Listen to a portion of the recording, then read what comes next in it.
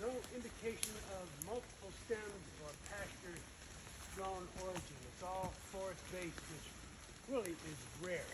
Very rare to see that. Self-pruning. Self-pruning. And here's another example of live, recent windthrow. But if you want to talk about pit and mound topography, I mean, here it is. And then you get all shades of it along the whole spectrum throughout this whole forest. So again, it makes a wonderful laboratory to teach these kinds of things. You know, they're not the kinds of things that are sexy and that capture people's imagination until you start to really understand them and what their role is. And a great exercise to do is when these go over, you look up and you say, wow, there's a hole in the canopy. And as soon as light comes down, things start to grow. Oh, great.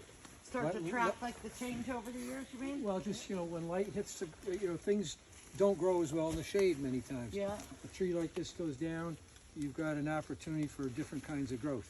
He's a forester, he can speak to it he's much more articulate, but Good point. but it's just interesting to look up when something is gone and say, wow, it's anywhere else you're kind of just looking at leaves. You got a little hole up there.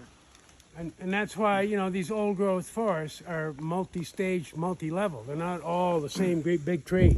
It's gap dynamics. You get a tree that's blows down or one that's old and dies and creates a little sunlight, a little hole. And then a tree that's been waiting there for 50 years, like these hemlocks. They can hang around in the understory for 100 years.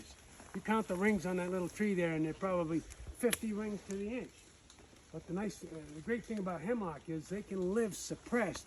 Then when they get an opportunity to grow with some daylight, they will take advantage of it. Where a lot of other species are unable to do that. Hemlocks are incredibly efficient at their photosynthetic capacity, which enables them to hang around the understory.